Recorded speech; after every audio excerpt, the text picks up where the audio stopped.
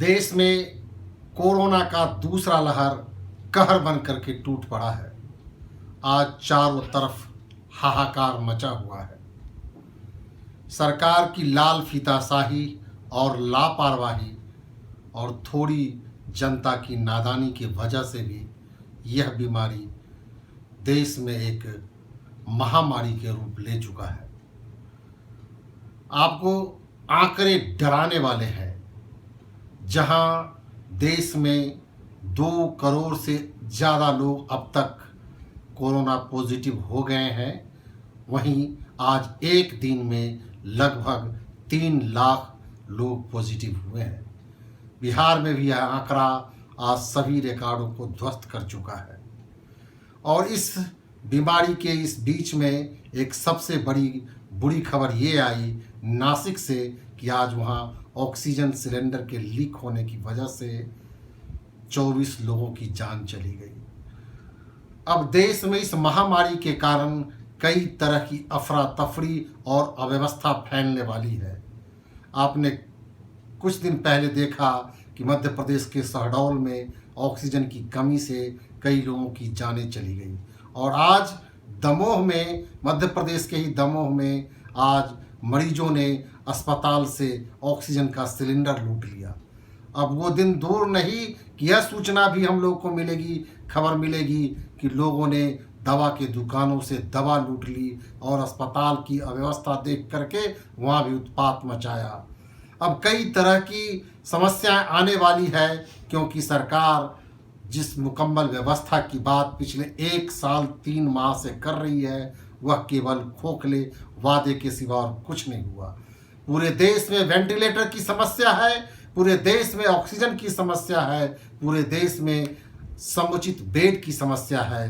लोगों को अब कोरोना पेशेंट को अब कहीं बेड नहीं मिल रहा है, चाहे वो सरकारी अस्पताल हो चाहे निजी अस्पताल हो। लोग दर दर की ठोकरें खा रहे हैं। उनके परिवार के लोगों की चीख और चित्कार सुन करके बड़े ही मर्माहत हो जाता है दृश्य, और बड़ा ही भयावह दृश्य सामने में आता है। मैं आपको बताना चाहता हूं कि सरकार ने जिस तरह के वायदे किए, उन वायदों पर खरा नहीं उतरी है। ये कही कि हम कोरोना का टीका पूरे देश में लगवाएंगे। आज कोरोना का टीका 45 से ऊपर वर्ष वाले के लोगों को भी नहीं मिल रहा है, और ये आज फरमान आ गया कि 18 वर्ष से ऊपर के लोगों को भी हम कोरोना का टीका देंगे। बात तो सही है, लेकिन उसको ज़मीन पर उतारने में कई तरह की विसंगतियां हैं, जिसकी वजह से देश में कई तरह का असंतोष का वातावरण बना हुआ है।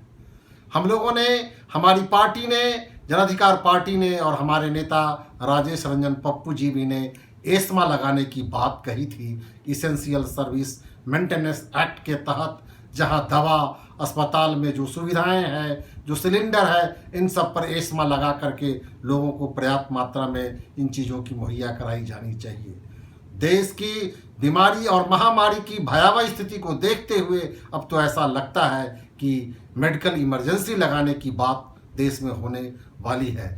और जो लूट खसोट अस्पतालों के द्वारा हो रहा है, डॉक्टरों के द्वारा हो रहा है, मैं ये नहीं कहता, कई डॉक्टर अपने जान को जोखिम में डाल करके, कई स्वास्थ्यकर्मी अपने जान को जोखिम में डाल करके भी कोरोना के महामारी से जूझ रहे बीमार लोगों की दिन रात सेवा कर रहे हैं। लेकिन कुछ ऐसे भी हैं जो इनके बीमारी का लाभ लूट के बाजार को गर्म किए हुए हैं।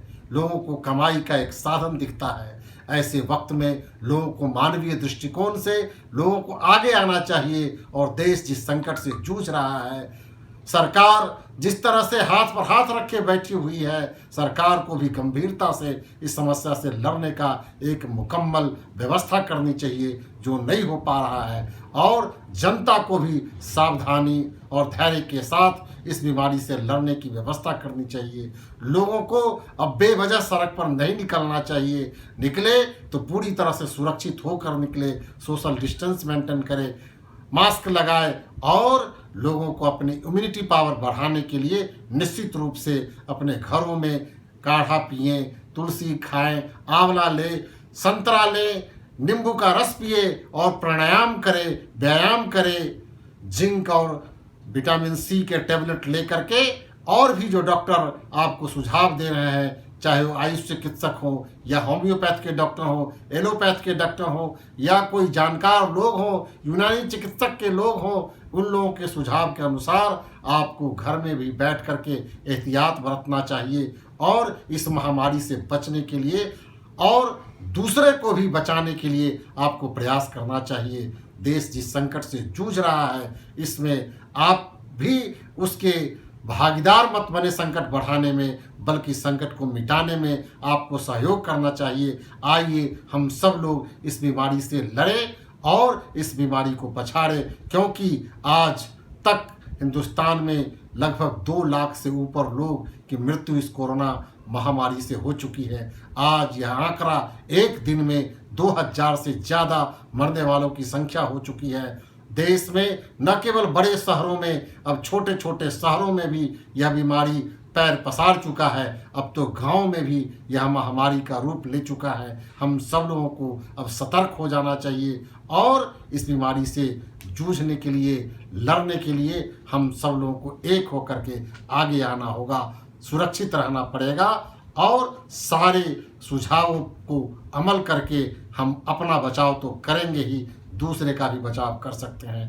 धन्यवाद। हम आपके सुंदर स्वास्थ्य की कामना करते हैं और जो लोग इस बीमारी से जूझ रहे हैं उनको यथाशीघ्र स्वस्थ होने की भी कामना करते हैं। धन्यवाद।